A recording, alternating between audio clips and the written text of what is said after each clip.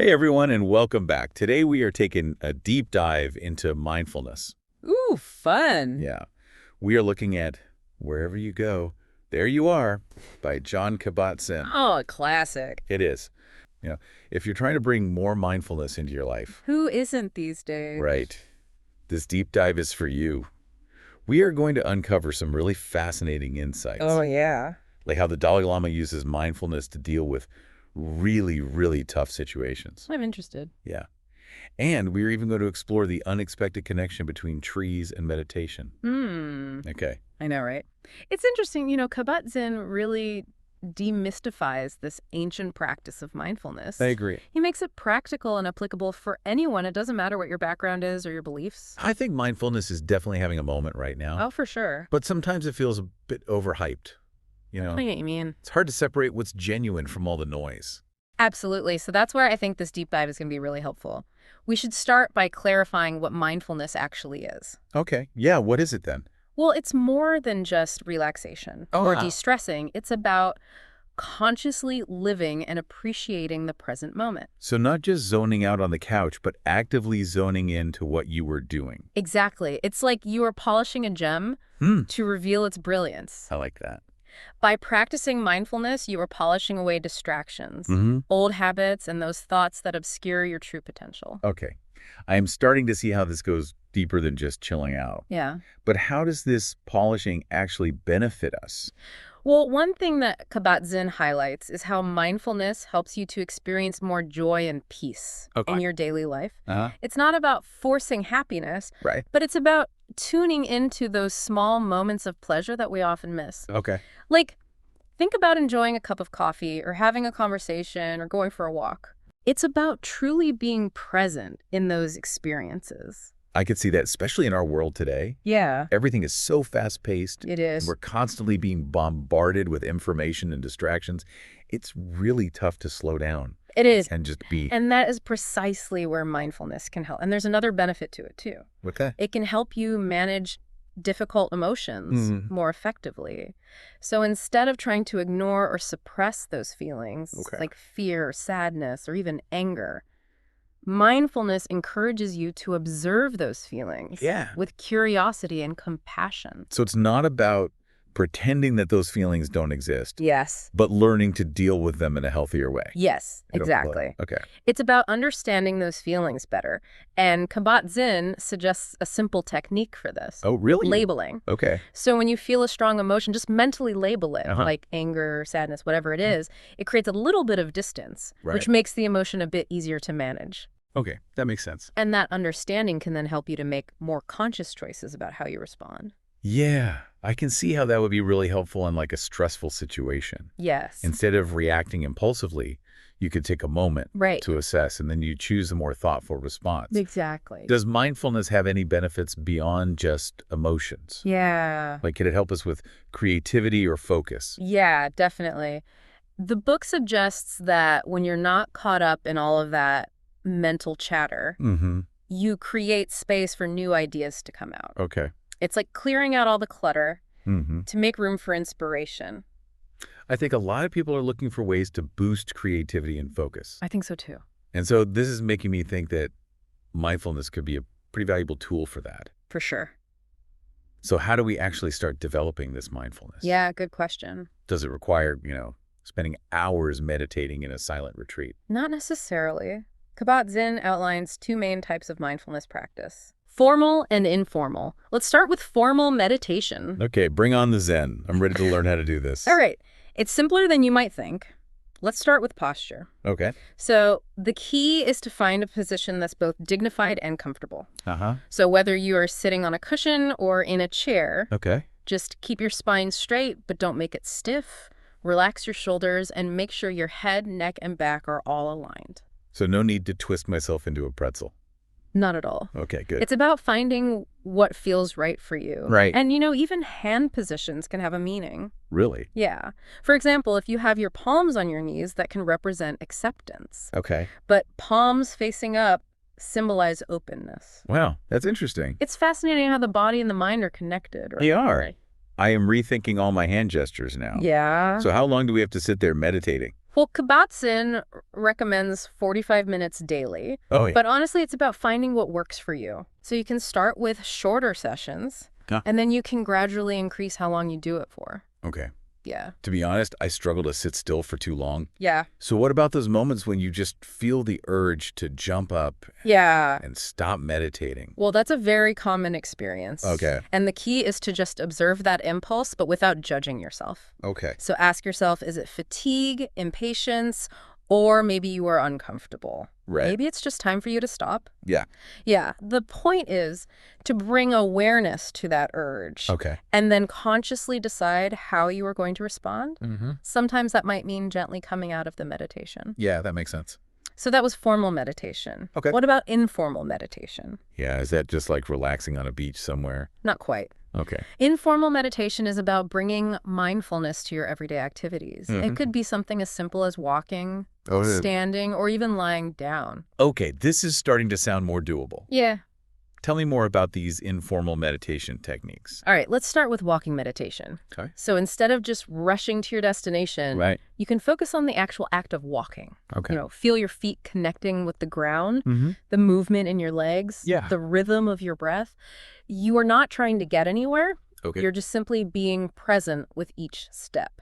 That sounds like a great way to turn my commute into a mindfulness practice. There you go. And here's a more unusual one. Okay. Standing meditation. But you do it around trees. Trees?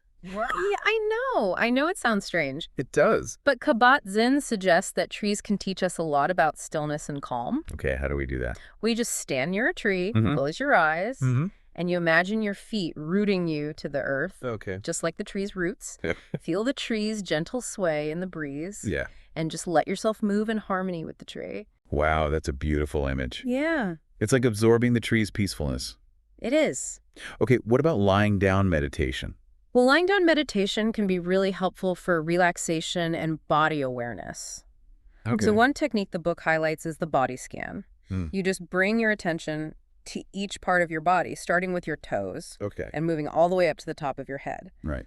As you're focusing on each area, just observe any sensations like warmth, tingling, pressure, or tension. Okay. And then just gently release that tension when you exhale. That sounds so relaxing. Maybe something I could try before bed. Yeah.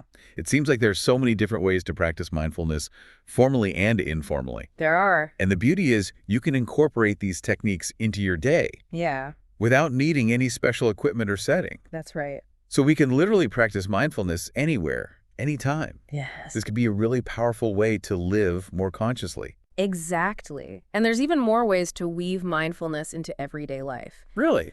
Kabat-Zinn introduces a concept that he calls voluntary simplicity. Voluntary simplicity. Okay, I like the sound of that. Yeah. Tell me more. Okay, so it's about making deliberate choices. Okay. To simplify your life and focus on one thing at a time, instead of trying to juggle a million tasks at once. Right. You just choose one thing and give it your full attention. Okay. So it could be playing with your kids, or engaging in a conversation, or even just savoring a meal. I think we are all struggling with information overload these days. Oh, yeah. And the pressure to multitask. I agree. So this idea of slowing down and focusing on one thing at a time is really appealing. Yeah, it can be challenging to do. I bet it is. But even small steps can make a difference. Okay. Like imagine you are playing with your child and your phone buzzes with a text.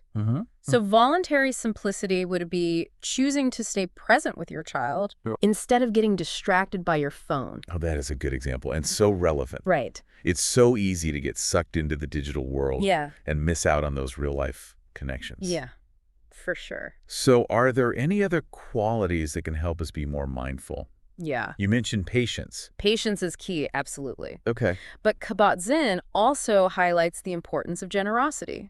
Okay. And it's not just about giving material things. It's about cultivating a generous spirit. How does generosity fit into mindfulness? Well, a great example is the Dalai Lama. Okay. He's faced immense suffering and persecution. Yeah. But yet he chooses not to let anger consume him. He understands that holding on to resentment would only harm him. Right. So instead he focuses on compassion and understanding. Wow.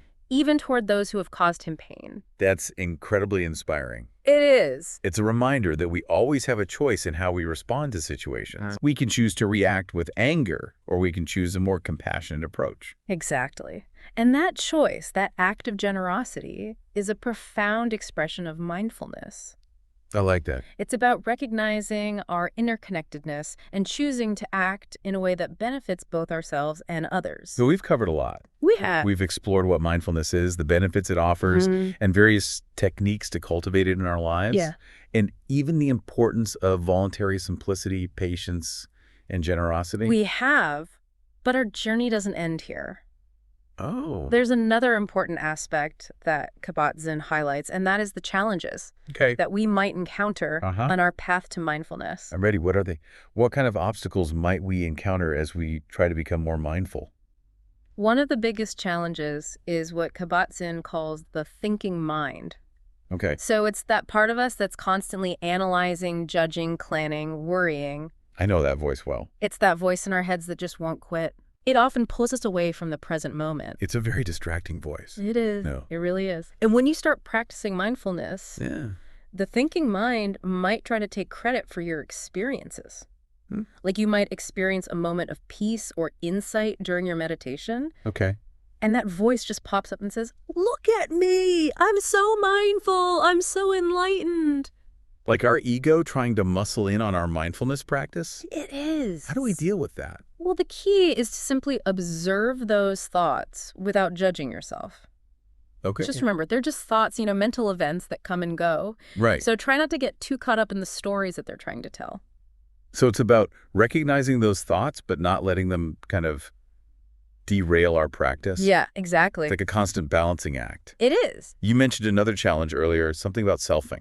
Yes, selfing is a fascinating concept. It is. It is. It's the tendency to make every experience about me. Yeah. You see yourself as separate and isolated from the world around you.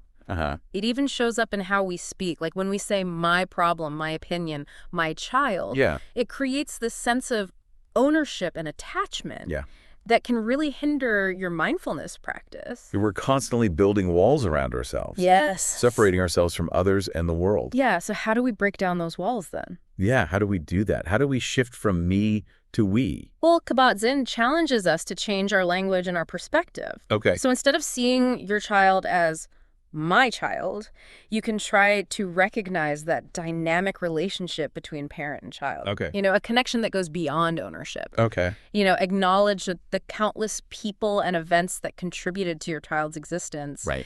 It's about seeing the intricate web of interconnectedness that binds us all together. That's a really profound shift in perspective. It is. It really is. It's about recognizing that we are all part of something so much larger than ourselves. Yeah. It makes those walls that we build around ourselves seem so insignificant. Exactly. And by embracing this interconnectedness, we can start to dissolve that illusion of separateness and cultivate a deeper sense of compassion and understanding for ourselves and for everyone around us. That is a really powerful message. Yeah. Welcome back, everyone. I don't know about you, but I'm really feeling the impact of this deep dive into mindfulness. Yeah, it really is quite remarkable how mindfulness can impact not just our own well-being, but also our interactions with the world around us. Yeah, for sure. And that actually brings us to some of the more profound implications that Kabat-Zinn explores in Wherever You Go, There You Are. Oh, wow. Okay, let's talk about those. Yeah. What are those bigger picture implications of mindfulness? So one of the key ideas that Kabat-Zinn really emphasizes is that mindfulness isn't just about personal transformation. Oh. It's also a path to social transformation. Oh, that's interesting. Yeah. How so? How does practicing mindfulness connect to making the world a better place? Well, as you cultivate mindfulness in your own life, you naturally become more aware of the suffering and injustice that's happening in the world. You start to see how interconnected all beings are. Right. And you recognize that your actions have an impact on others. So instead of focusing inward, mindfulness helps us expand our awareness outward. Exactly. That makes sense. And this expanded awareness can then inspire you to act with greater compassion and responsibility. So mindfulness can be a catalyst for social action and positive change. Absolutely. By cultivating qualities like empathy, compassion, and ethical awareness, Yeah. mindfulness can help to create a more just and equitable society. Wow. It's about recognizing that your personal well-being is very much linked to the well-being of others and the planet as a whole. It really makes you realize how much we are all in this together. Yeah. And how all of our choices and actions really do have that ripple effect. They do. So are you saying that mindfulness should extend beyond our personal practice and go into everything that we do? That's exactly what Kabat-Zinn suggests. Wow. He highlights the importance of bringing mindfulness into all areas of your life. Okay. So your work, your relationships, and even your engagement with the wider world. So it's about integrating mindfulness into every aspect of your life. Yes. Making it a way of being. Yes. Rather than just a set of techniques. Exactly. It's about living mindfully, bringing that quality of awareness and presence to everything that you do. I love that. Yeah, and as you do so, you contribute to creating a more mindful world. Wow. A world characterized by compassion, understanding, and deep respect for all beings. That's beautiful. It is. It sounds like mindfulness really has that potential to create a real ripple effect. It does. Starting with ourselves and then extending outward. Exactly. And remember those challenges that we talked about. Yes, the thinking mind and selfing. Yeah. Kabat-Zinn offers some really valuable strategies for navigating those. Because those felt like pretty significant hurdles to overcome. They can. So what kind of strategies does he suggest? Well, one key suggestion is to approach your mindfulness practice with a sense of curiosity and self-compassion. So it's not about beating yourself up when your mind wanders. No, not at all. Or when you fall back into those old patterns of thinking and behaving. No. Okay. It's about recognizing that these are just a natural part of the process. The thinking mind is always going to be there. Yeah. And that tendency towards selfing is just so deeply ingrained in us. It is. The key is to just notice these tendencies without judgment. Okay. And then just gently guide your attention back to the present moment. It's like training a puppy. Oh, yeah. You don't punish them for making mistakes. No, you don't. You gently redirect their attention and reward them for good behavior. Yeah, what a great analogy. Right. It's about cultivating patience and kindness towards yourself as you navigate this journey of self-discovery. Because it's a journey, not a destination. Exactly. And we're all works in progress. Yes, we are. It's not about achieving some state of perfect enlightenment. No, it's not. But it's about showing up every day and being willing to learn and grow. Yeah. And just be present with whatever comes up. Beautifully said. Right. Kabat-Zinn also emphasizes the importance of regular practice. Okay. Just like with any other skill, the more that you practice mindfulness, the more natural and effortless it will become. That makes sense. So it's about weaving these practices into your daily life. Right. Creating those moments of mindful awareness throughout your day. So it's not just about meditating for a few minutes every day. No. It's about bringing that mindful awareness to everything you do. Exactly. Whether you're brushing your teeth or walking the dog or even just having a conversation. You can bring that awareness to all of those things. It's like taking those moments that we usually just rush through. Yeah. And turning them into opportunities to practice mindfulness. Exactly. And by doing so, you start to uncover the hidden richness and beauty that's always been there, waiting to be noticed. It's about appreciating those simple everyday experiences that we so often take for granted. Absolutely. It seems like mindfulness can bring a whole new level of appreciation to our lives. It can. And this sense of discovery, this ongoing exploration of awareness, Yeah. that's really at the heart of mindfulness. Okay. It's not about achieving some fixed state of being. Yeah. It's about embarking on a lifelong journey of self-discovery. I love that. Mindfulness as a journey, not a destination. It is. We've explored practical techniques. We've talked about the challenges and rewards, and even gone into some of the broader implications of this practice. Yeah. I think we're ready to embark on our own mindfulness adventures now. I think you are. What else does Kabat-Zinn highlight Yeah. as we kind of move further along this path? Yeah, what else is there? He suggests that as we continue to cultivate mindfulness in our lives, we might start to notice some really subtle but profound shifts in our perception and how we experience things. Well, like what? Well, for starters, you might find that you're less reactive to stress and challenges. Okay. So instead of getting swept away by your emotions, Yeah. you're able to observe them with more detachment and clarity. Yeah. And that allows you to respond to situations in a more skillful and thoughtful way.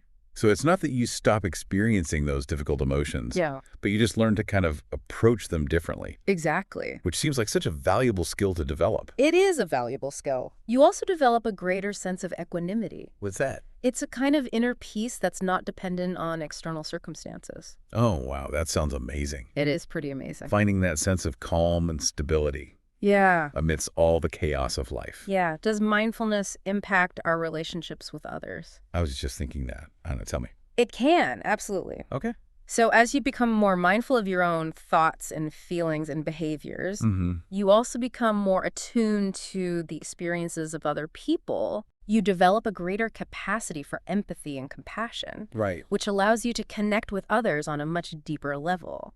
It's really interesting how mindfulness can create that ripple effect. It is. Not only does it transform us individually, but it has this power to improve our relationships with the people around us. That's one of the most beautiful aspects of mindfulness. I agree. It's about recognizing the shared humanity that binds us all. Yeah. And as you cultivate this sense of interconnectedness, you might start to see the world with fresh eyes. Okay. You know, appreciate the intricate web of life that surrounds you. Like a shift from a really narrow focus to a much broader perspective. Exactly. Yeah. You might start noticing the beauty in a simple flower. Yeah. The warmth of the sun on your skin or the sound of birds singing in the trees. Right. You know, these everyday wonders that we often take for granted Yeah, we do. become sources of joy and gratitude. It's about rediscovering that magic in the ordinary and finding those little moments of joy and connection Yeah, and the everyday experiences of life. exactly. I love that. It is a remarkable journey. It is. And although we've covered so much Yeah. in this episode, there's still so much more to explore. Oh, really? Yeah. Okay, I'm hooked. What else does Kabat-Zinn have in store for us? Well, he delves into some even more profound aspects of mindfulness, Okay. exploring its potential to transform not just our individual lives, but our society as a whole. Wow. But we will have to save that Okay. for our next segment. All right, listeners, get ready for the final part of our deep dive. We'll be right back to wrap up our exploration of wherever you go, there you are. Welcome back to our mindfulness deep dive. We've covered so much ground already, We have. from understanding what mindfulness is to exploring practical techniques, navigating those potential challenges. Yeah. I feel like we are starting to grasp the true potential of this practice. Yeah, it's been a fascinating journey so far. It has. And, you know, we've only just scratched the surface. Right. There's always more. As we delve into this final part Yep. of our exploration, Kabat-Zinn takes us even deeper. Okay. And he reveals that transformative power of mindfulness, Mhm. not just for ourselves, but also for the world around us. That's what I'm excited to explore. Yeah. How mindfulness can move beyond personal transformation Yeah. and contribute to positive change. Right. It is a powerful idea. It is. I'm really eager to understand it better. It is powerful. Yeah. And Kabat-Zinn really highlights this crucial point. Okay. Mindfulness isn't just about seeking inner peace. Okay. It's about cultivating a deep understanding of our interconnectedness with all beings. Right. As we become more mindful, we start seeing the world differently. We become more aware of the suffering that's around us and feel a greater sense of responsibility for our actions. So it's about recognizing that our well-being is intrinsically linked to the well-being of others and the planet. Exactly. And this expanded awareness can then inspire us to act with greater compassion and to make choices that benefit not just ourselves, but also the wider community. So as you cultivate mindfulness in your own life, you are also contributing to this ripple effect of positive change. Exactly. That's beautiful. That ripple effect of mindfulness creating a more compassionate and just world. Yeah. But how do we translate this awareness into concrete action? Right. Does Kabat-Zinn give us any guidance He does. on how to actually contribute to this social transformation? Yeah, he encourages us to bring mindfulness into every aspect of our lives. Okay. Not just our personal practice, but also our work, our relationships, our engagement with the wider world. Okay. He emphasizes that cultivating qualities like empathy, compassion, and ethical awareness through mindfulness can be instrumental in creating a more just and equitable society. It's like integrating those mindful principles into everything we do, making conscious choices that align with our values, and acting in ways that benefit both ourselves and others. Exactly. It's a profound shift in perspective. It is. And, this isn't about becoming a superhero and single-handedly solving the world's problems. Yeah. It's about recognizing our interconnectedness and understanding that even small acts of kindness, compassion, and mindful engagement can make a difference. This has been such an amazing exploration of mindfulness. It has. We have gone from understanding the basics to exploring profound insights about its potential to create positive change within ourselves and in the world around us. I agree. It has been a pleasure sharing this journey of discovery with you. It has with you, too. And, as we reach the end of our deep dive into wherever you go, there you are. Yeah. Just remember that mindfulness is a lifelong practice, a journey of continuous learning and growth. A journey, not a destination. Exactly. I love that. We've explored practical techniques, discussed those challenges and rewards, and delved into the broader implications of mindfulness. I think you are ready to embark on your own mindfulness adventure. We are ready. And as you do, remember to be patient with yourself, cultivate self-compassion, and approach each moment with curiosity and openness. Okay. Every step you take on this path, no matter how small, is a step towards greater awareness, compassion, and connection. Thank you for guiding us through this deep dive. Oh, it was my pleasure. Your insights have been so valuable. Thank you. And to everyone listening, if you are interested in learning more about mindfulness, you should check out Wherever You Go, There You Are by Jon Kabat-Zinn. It's a good one. It is a really enriching and transformative read. Yeah. And on that note, we're going to wrap up this episode of The Deep Dive. Remember, mindfulness is more than just a trendy concept. It's a powerful practice that can enrich your life and contribute to a more compassionate world. Until next time, keep exploring, keep learning, and keep diving deep into the world of knowledge. Did you get any of that?